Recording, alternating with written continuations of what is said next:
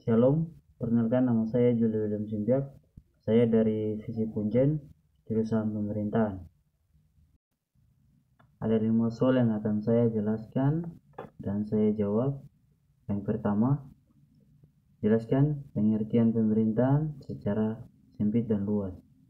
Yang kedua, mengapa ilmu pemerintahan dikatakan sebagai ilmu pengetahuan.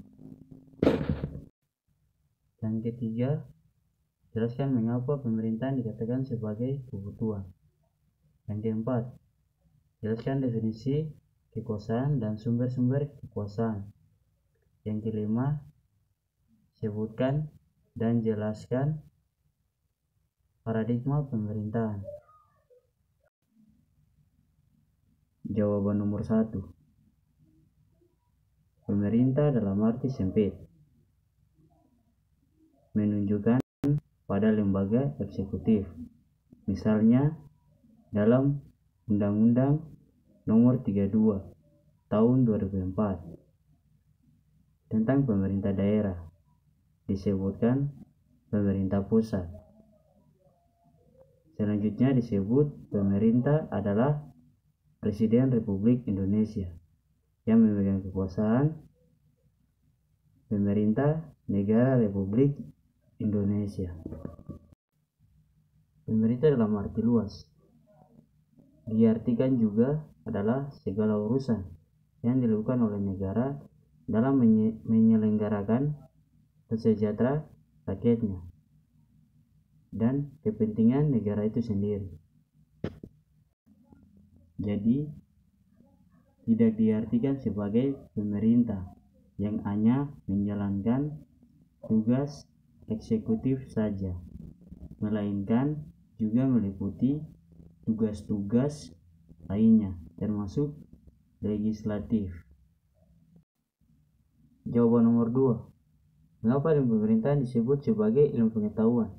Karena memiliki metodologi, filsafat ilmu, dan memiliki guna manfaat, yaitu untuk kesejahteraan masyarakat. Jawaban nomor 3. Mengapa pemerintah diartikan sebagai kebutuhan?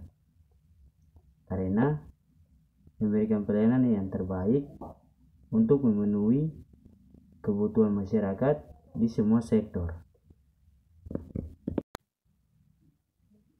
Masyarakat tidak akan berdiri sendiri untuk memenuhi kebutuhan tanpa adanya pemerintah yang memberikan pelayanan-pelayanan publik. Pada dasarnya menyangkut aspek kehidupan yang sangat luas. Ada juga kebutuhan primer atau disebut kebutuhan pokok. Kebutuhan primer ini merupakan yang harus dipenuhi agar kelangsungan hidup manusia tidak terganggu.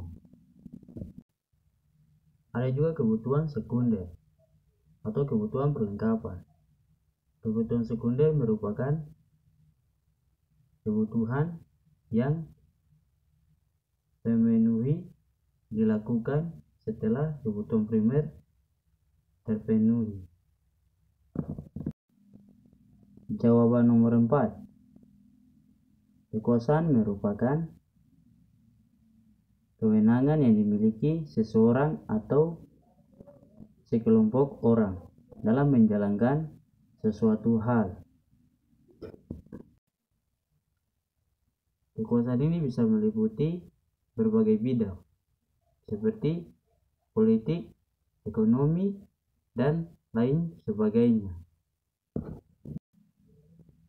Dalam KBBI disebutkan jika kekuasaan merupakan individu atau sekelompok lainnya yang didasarkan pada wibawa, wewenang, karisma, atau kekuatan fisik.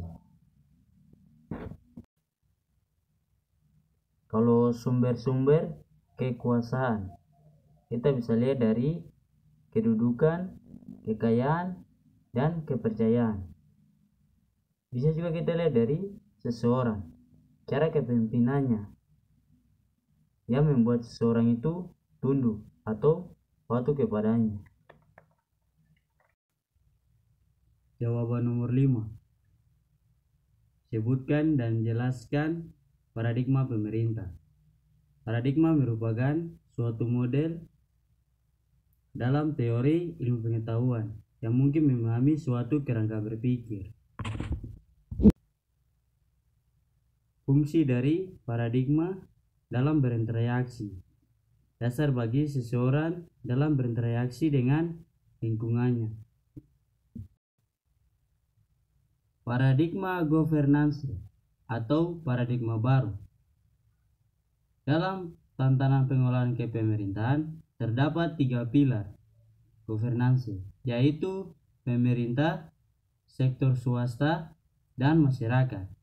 Sementara itu, paradigma pengelolaan pemerintah sebelumnya berkembang adalah government sebagai satu-satunya penyelenggaraan pemerintahan.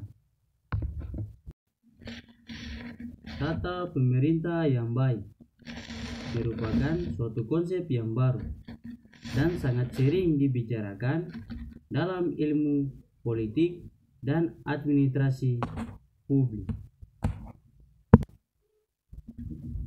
Konsep ini lahir sejalan dengan konsep-konsep dan terminologi demokrasi masyarakat sipil, partisipasi masyarakat, hak asasi manusia, dan pembangunan masyarakat secara kelanjutan.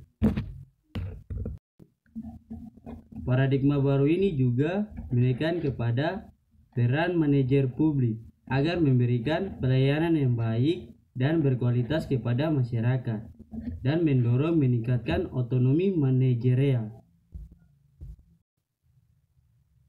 di mana masyarakat bisa mengatur urusan yang berkenaan dengan ekonomi, institusi, dan sumber-sumber politik lainnya yang hanya digunakan untuk pembangunan manusia dalam rangka mencapainya kesejahteraan.